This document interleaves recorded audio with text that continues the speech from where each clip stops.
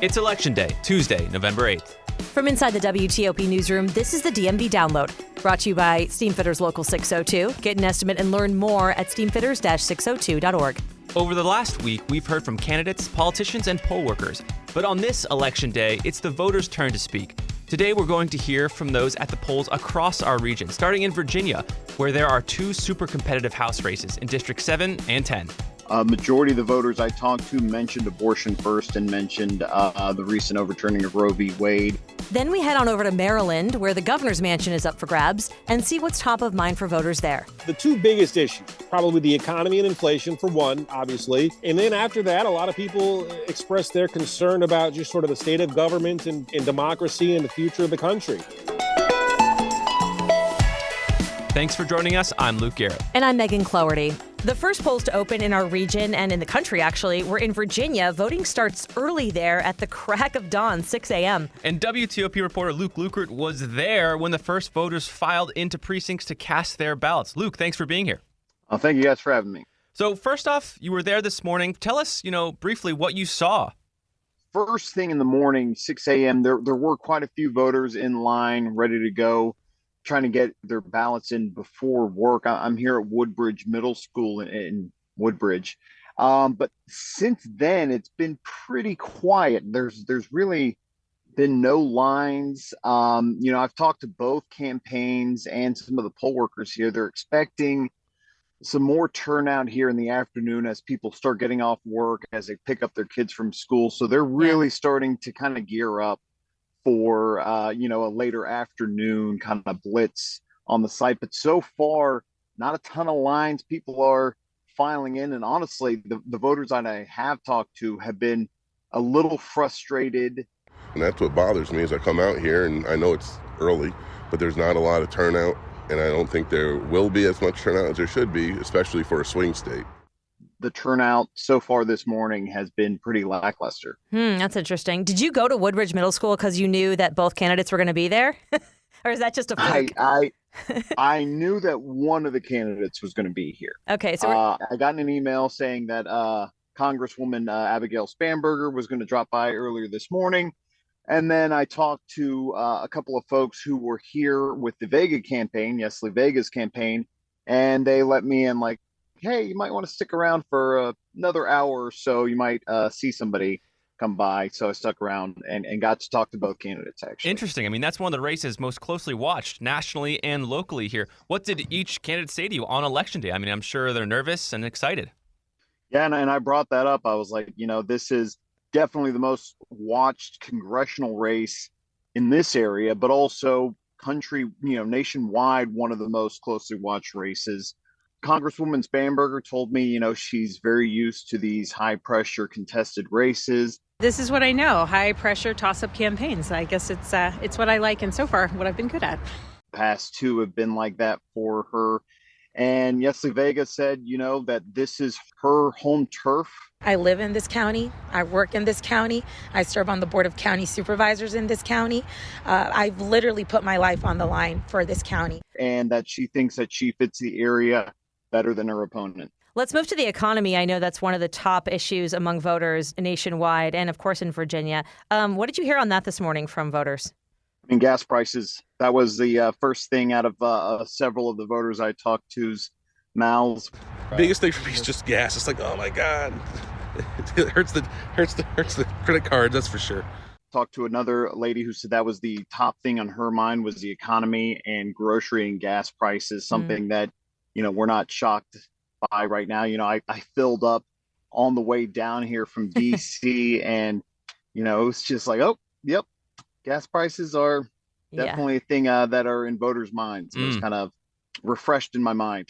Right. And did they tell you which way that would make them sway in their vote, or did they divulge that? Some people still like to keep it close to the vest on who they supported. But I talked to one gentleman who definitely said that he voted for Ms. Vega because of gas prices and the way the economy's going. And shifting to another galvanizing issue here is abortion. So did you hear voters talk about that issue? Yes, that was probably the top thing I heard from voters. For me, it is Roe versus Wade.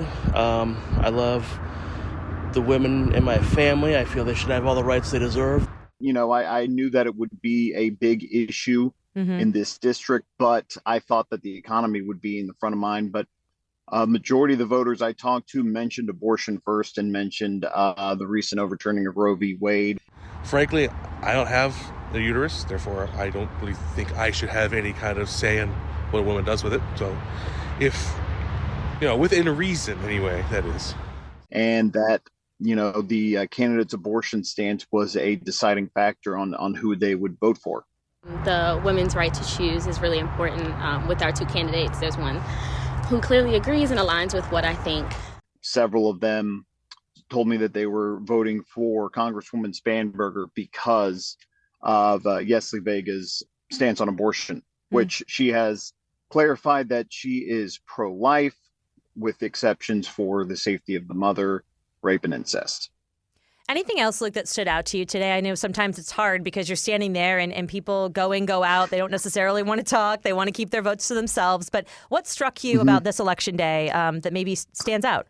Something that kind of hit me that has not really been a huge issue this election cycle, and especially in this area, was gun rights. I had two gentlemen say that was an important thing to them, one of who voted for Yesli Vega, one of who voted for Abigail Spanberger, but both said that gun rights and the Second Amendment were important to them and as one of their key issues. So I thought that was very interesting and was not expecting for that to be a core issue this election cycle. Obviously, it's a very, very big issue. And I mean, for a lot of people, that's a single issue kind of voting.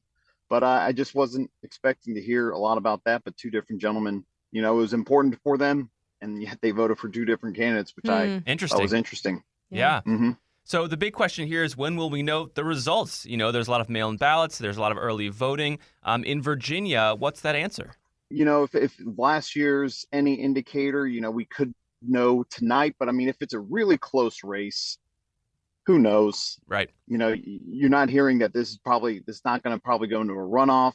But I would say later tonight, but if it is super tight and there needs to be a recount, it's hard to predict. Yeah.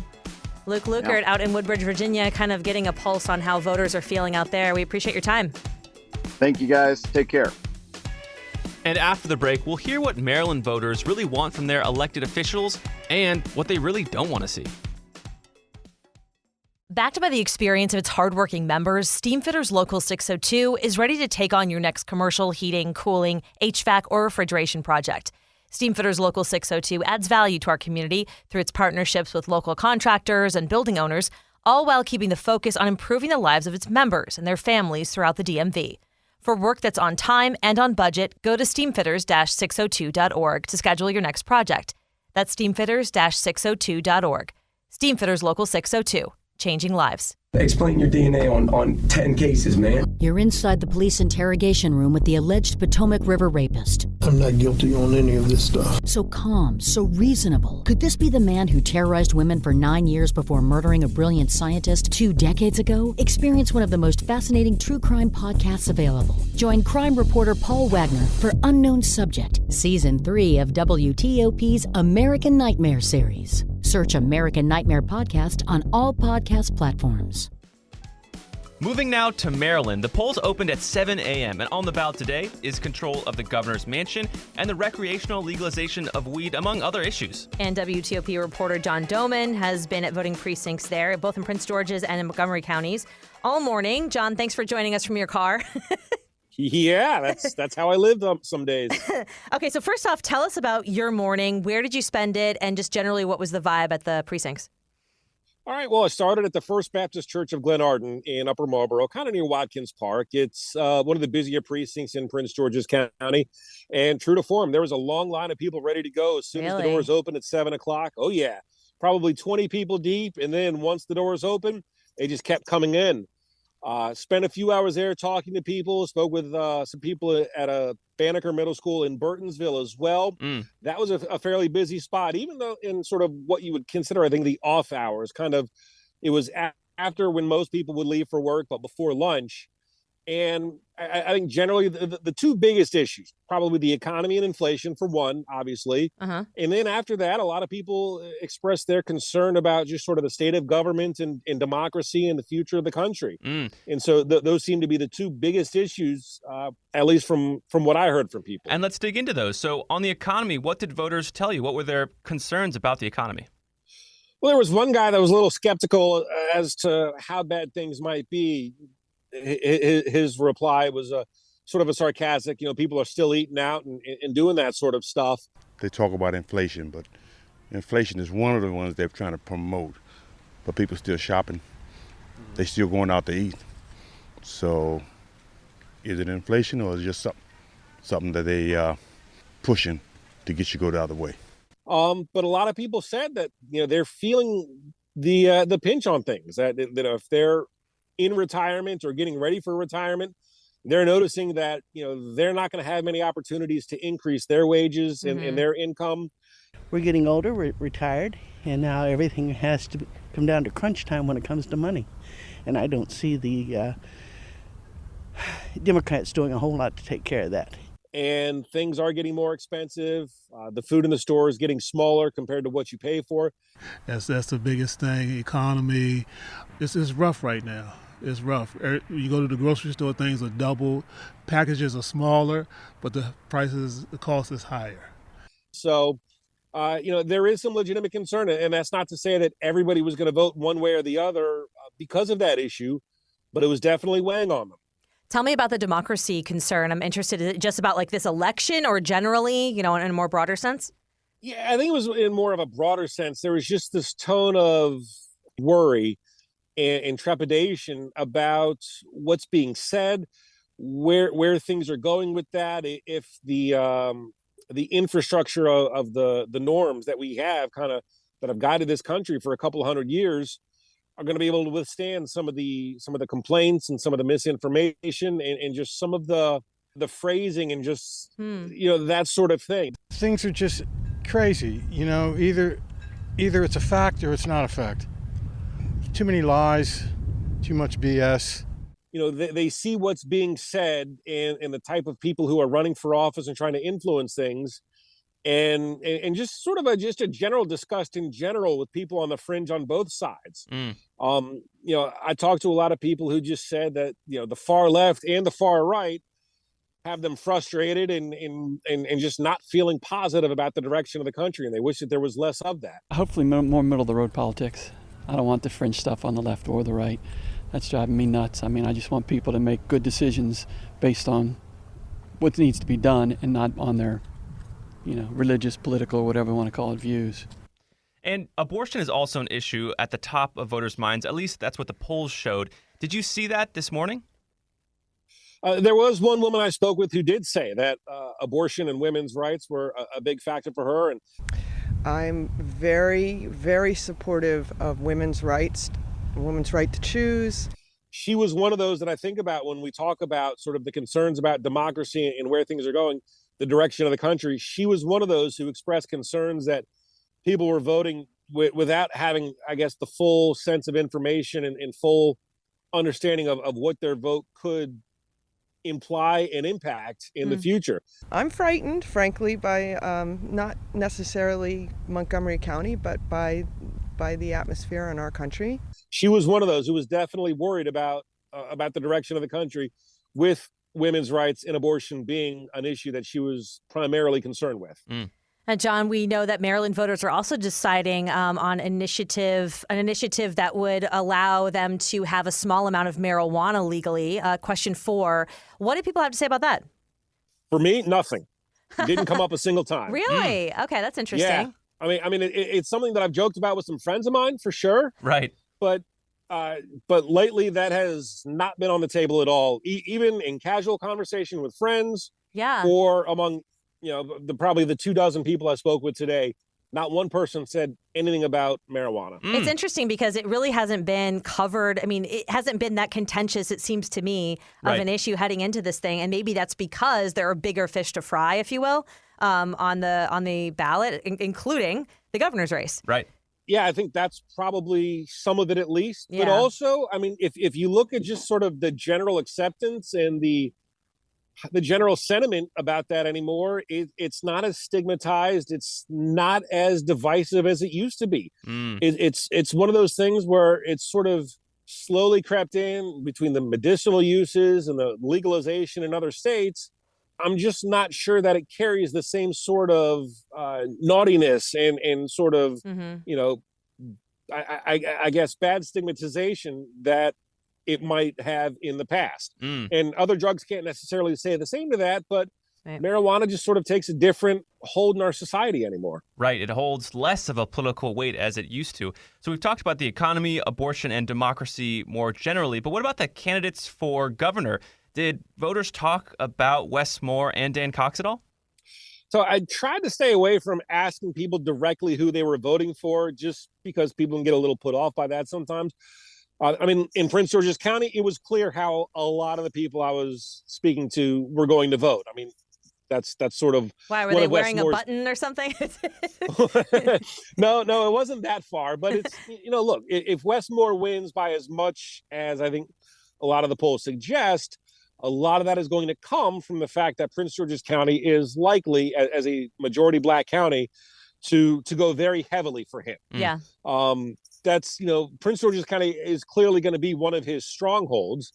And there's just, again, you know, if you go back to sort of the concerns that people have about democracy itself and the structure of government, I mean, you know, whether you agree with Dan Cox or not, the fact was that he has been big on election integrity and casting suspicions about voting and that sort of thing.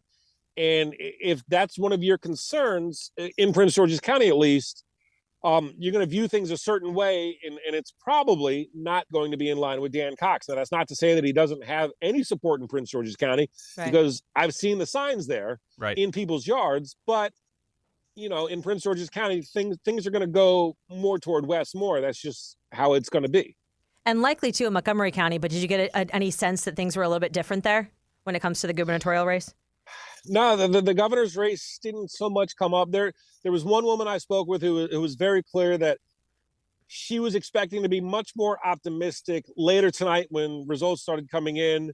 And that would be because she was anticipating, I think, what a lot of people are predicting in terms of a Republican takeover of the House. But I think even those who are frustrated with the direction right now, there was one guy in particular who told me that he was really fed up with just the fringiness on both sides. He wasn't happy that Democrats propped up Dan Cox. What the Republicans did to the Democrats did the Republican candidate supporting his campaign so he would get elected so they know they'd kill him in the election. That's totally wrong. That's just bad politics on both sides. It sounded like if he had been able to vote for Kelly Schultz, who was the more moderate Republican who didn't win the primary, that's where he would have gone. Just having spoken with other people that are not necessarily on the MAGA side of things, but might be a little bit more moderate or conservative in nature. You know, it wouldn't surprise me if you see the Libertarian candidate draw some protest votes. I don't think it's going to be all that substantial, but that's just anecdotal. That he's in some circles being viewed as sort of the protest vote candidate that's sort of in the middle between Dan Cox and Wes Moore. Makes sense. And John, do we have any idea of when we'll know the results of this election day? It kind of depends on where you are and which results you're looking for, because some counties have already counted the mail-in votes. They'll have those ready to go as soon as the polls close, and that would lead you to think that some county council races, some county executive races in some places will be decided perhaps as soon as late tonight. But then again, there are other places. You know, Anne Arundel County is not doing the mail-in voting until I think they start counting Thursday or Friday. That's going to be a tight county executive race, I think. And that's going to be a race where we're not going to know until end of this week, early next week, how that goes.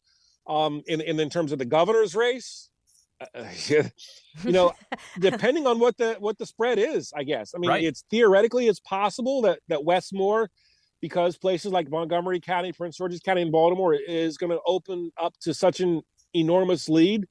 His strongholds are tending to count the votes early, but we don't know that for sure. You know, the only county on the Eastern Shore that's opening ballots early is Talbot County. That's a little bit more moderate than many of the other counties on the Eastern Shore.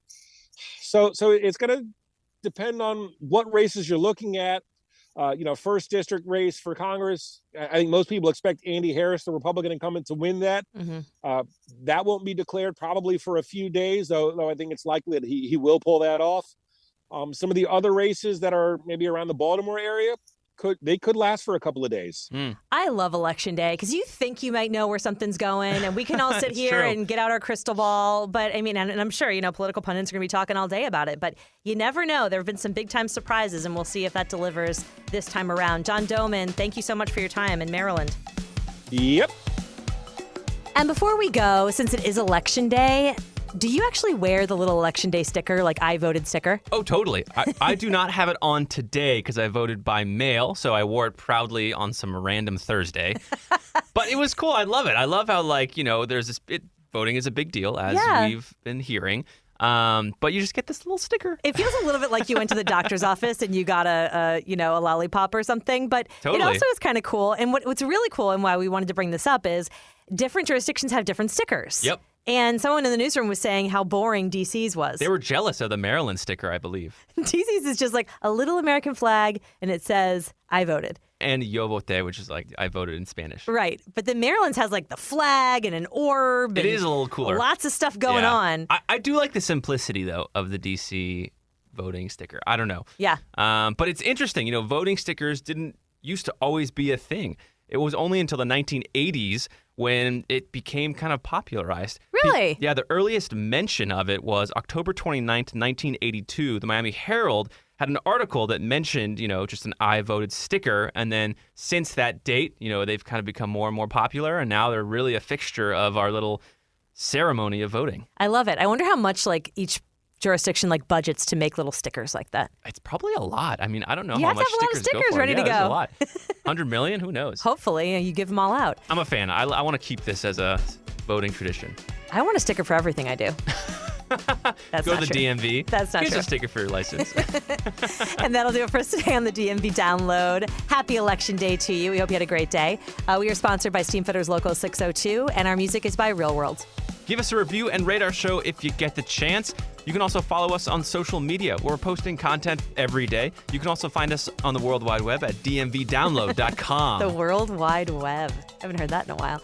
The DMV Download is a product of WTOP News. Listen on 103.5 FM in D.C., 107.7 FM in Virginia, and 103.9 FM in Frederick, Maryland. Online at WTOP.com and on the WTOP News app. Have a great night.